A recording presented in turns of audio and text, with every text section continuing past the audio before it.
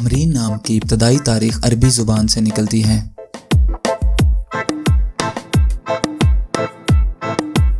अमरीन एक इस्लामी नाम है।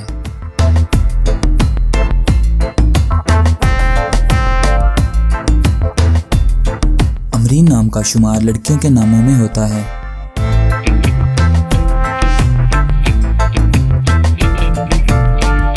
अमरीन नाम का मतलब सुर्ख है।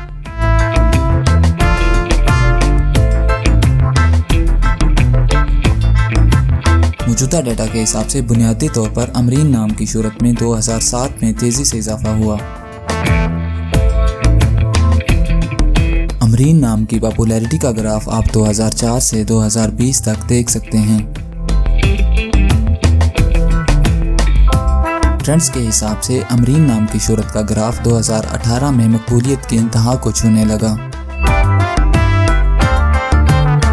इस्तेमाल के लिहाज से अमरीन नाम मॉरिशस, पाकिस्तान और बांग्लादेश में कसरत से इस्तेमाल किया जाता है। इंग्लिश में अमरीन 6 लेटर्स पर मुश्तमिल है।